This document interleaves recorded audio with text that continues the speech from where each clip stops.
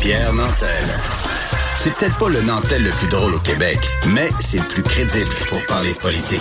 Vous écoutez Pierre Nantel. Alors, en cette fin d'année, en fait, je devrais plutôt parler du début de la prochaine année. On a trouvé pertinent de parler avec des jeunes, et on va le faire en 2 segments d'ailleurs, des jeunes qui s'intéressent au Parlement étudiant du Québec. Alors, qu'est-ce que c'est? Essentiellement, donc, l'Assemblée nationale se livre, prête ses locaux pour des simulations politiques. Et là, on a la chance de discuter avec le chef du caucus du Parti bleu au Parlement étudiant du Québec. On parle avec Louis-Olivier Jeté. Bonjour, Louis-Olivier Jeté.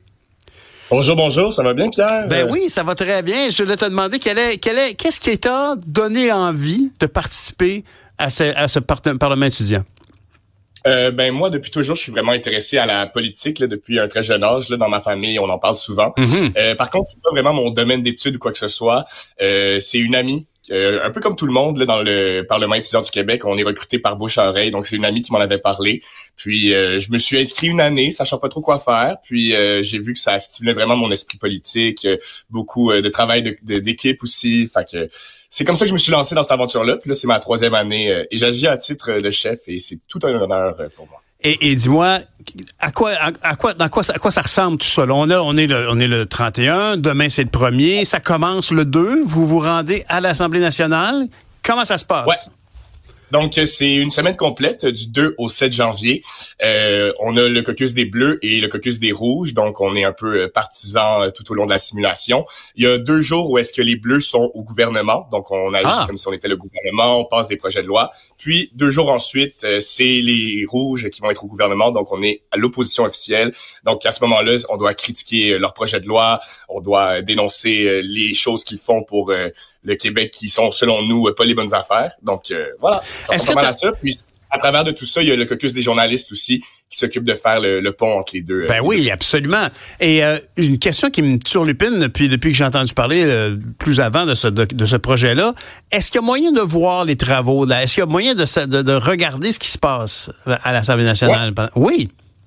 Oui. Oui, ça va être télédiffusé, là. Donc, je pense que c'est le 3 janvier et le 5 janvier. Il va y avoir un 2 heures sur la télévision de l'Assemblée nationale. Donc, à partir de 9 heures le matin, je crois, jusqu'à 11 heures, ça va être télédiffusé. Ah, puis, aussi simple que ça. On va à la chaîne de l'Assemblée nationale où on regarderait normalement les vœux des fêtes. Ils sont toujours charmants, les vœux des fêtes. Exactement. Oui, alors là, on pourrait aller voir ces travaux-là. C'est fantastique. Mais j'aimerais savoir...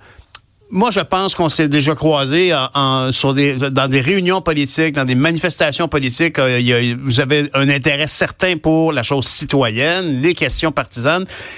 Est-ce que tous les partis délèguent? Est-ce qu'il y a une forme de délégation? Est-ce que les partis veulent être représentés ou si c'est toujours de façon libre et volontaire que chaque individu se présente au Parlement étudiant du Québec? C'est vraiment chaque étudiant puis chaque étudiante qui décide de se mobiliser par lui-même ou elle-même. Nous, on a vraiment une approche transpartisane. En fait, nous, je dirais les Bleus, les Rouges, les journalistes. Donc, peu importe que tu sois d'un parti de gauche, de droite, provincial, fédéral, que tu sois même pas partisan du tout, t'es le bienvenu dans le caucus des Bleus et des Rouges. Puis c'est ça qui est un peu formidable aussi. En fait, moi, ça m'a permis de découvrir des gens qui sont de d'autres horizons politiques que la mienne, puis de vraiment agrandir mon ouverture d'esprit. Donc, mettons je prends notre caucus par exemple, on a autant des gens du Parti libéral, du Parti conservateur, du Parti québécois, de Québec solidaire, vraiment de la CAQ. Donc, oui, c'est vraiment formidable à quel point on réussit à tous s'unir et défendre un seul projet. C'est une grande pièce de théâtre, le Parlement du Québec. Donc, il y en a qui s'amusent pour représenter leurs vraies valeurs, d'autres s'amusent à jouer le rôle d'un député de gauche, d'un député de droite. Donc, ça se fait vraiment dans l'allégresse. C'est vraiment formidable. Ça doit être très intense quand même, parce que là, il y a combien de jeunes qui participent cette année?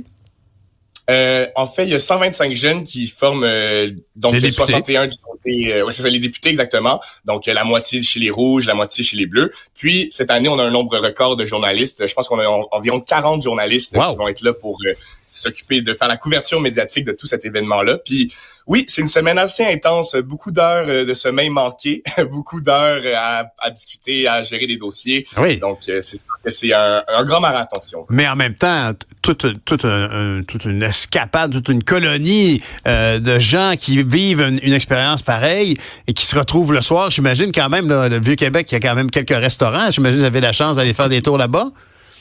Ouais, ben en fait, durant la simulation, on n'a vraiment pas le temps. Je te dirais qu'on se lève très tôt et on se couche très tard. Là. Fait que c'est pour ça que je parlais du nombre d'heures de sommeil, mais la tradition le veut bien que le soir du 6 janvier, ben on se retrouve dans un bar, le caucus des Bleus, le caucus des Rouges, le caucus des journalistes, puis là on a un grand party transpartisan. Donc c'est à ce moment-là que je te dirais qu'on profite de l'esprit festif du Vieux-Québec, mais autrement on reste vraiment à l'hôtel ou à l'Assemblée nationale.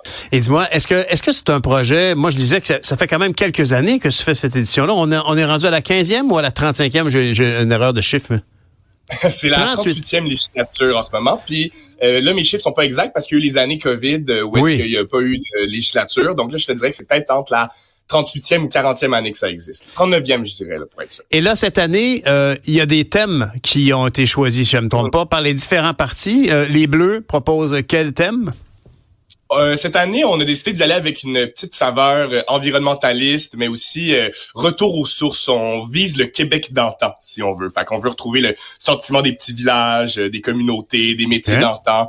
Donc, à chaque année, les deux partis proposent des axes différents. L'année passée, on avait une orientation communiste. Les Bleus, l'année d'avant, c'était une orientation un peu plus féministe. Puis là, cette année, on a décidé d'y aller avec l'environnement. Du côté des Rouges, je saurais pas parler pour les gens qui ne sont pas de mon parti, mais de ce que j'ai compris... On les a convoqués d'ailleurs, je tiens à dire, on les a convoqués, mais ils ont pas pu se présenter. Alors, c'est comme ça, mais on voulait avoir... seront toujours là pour répondre aux questions des Québécois et Québécoises. Ben d'ailleurs, c'est quand même drôle, puis je vois ton sourire, à quel point c'est enthousiaste, mais c'est un peu ça aussi, la politique. C'est-à-dire que la politique, c'est prenant, tu t'es montré disponible, eux ont pas pu, bon, il y a sûrement une bonne raison, mais c'est aussi ça, c'est l'occasion de participer, de faire connaître ses idées, de bien les présenter. Est-ce qu'il y a une formation? Est-ce qu'il y a quand même un guide qui est donné aux étudiants? Les étudiants, tu devrais pas dire ça. Aux participants et participantes, y a-t-il un guide qui vous est fourni?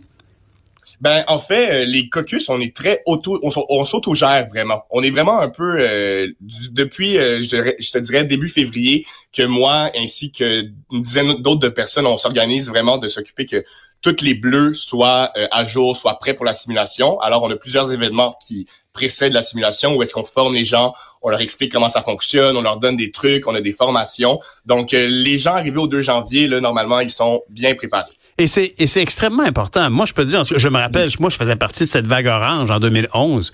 La formation parce que là, vous êtes en simulation, mais ultimement, c'est pareil. Alors, la formation des gens, comprendre tout le protocole, comprendre les interventions en chambre, Monsieur le Président ou Madame la Présidente, il y a un tas d'informations très pertinentes, mais représenter des citoyens, est-ce qu'il y a des enjeux locaux qui peuvent être représentés? Est-ce que la circonscription qu'un ou une députée représente peut avoir de l'importance dans la simulation? Est-ce que si je représente la Gaspésie ou si je représente Hochelaga-Maisonneuve, est-ce qu'il y a une différence? En fait, je te dirais que la circonscription est un peu plus en second plan. Je te dirais que c'est davantage les ministères qui sont mis de l'avant lors de la simulation. Par contre, il y a deux occasions où est-ce que ta circonscription pourrait avoir beaucoup d'importance. On a des simulations de soirées de crise. Fait que, par exemple, il y a un bug Internet qui atteint tout le Québec. Donc là, justement, faut que le gouvernement réagisse. Uh-huh. Et là, si l'ordinateur du bug est en Gaspésie, justement, ben là, ça va être le député de la Gaspésie qui va venir en conférence de presse pour parler de tout ça. Mais je te dirais que généralement, là, c'est vraiment plus les ministères qui sont mis de l'avant plutôt que les circonscriptions. Dans les informations que j'ai vues, je vois entre autres que la chef du caucus des Bleus avait été nommée tsarine du Québec.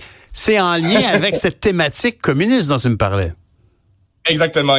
Oui, c'était très autoritaire. Mais c'est vraiment une partie de plaisir. On s'amuse vraiment à défendre des idéaux qui ont des fois pas de bon sens, qui ont des fois du bon sens, puis on s'amuse là-dedans. C'est vraiment une grande pièce de théâtre. Donc, oui, la chef des Bleus, en effet, avait beaucoup embarqué dans cette partie-là autoritaire. Donc, c'est la tsarine du Québec. On avait beaucoup ri cette année-là. Oui, c'est ça. Là, on rit plus. Mais dites-moi, là, dans une assemblée nationale, dans un parlement, à la Westminster en particulier, il y a un représentant du roi ou de la reine qui est le lieutenant-gouverneur. Donc, ici, vous avez une forme d'autorité. Il y a quelqu'un qui se prête au jeu parmi les élus actuels. Ouais, exactement. On a un député qui agit à titre de lieutenant-gouverneur. Donc, lors de la nomination du gouvernement, il y a le lieutenant-gouverneur qui vient nous assermenter. Donc, du côté des Bleus, ça se fait le 3 janvier lorsqu'on est au gouvernement. Puis du côté des Rouges, ça se fait le 5 janvier lorsqu'ils seront au gouvernement. Puis, c'est ça.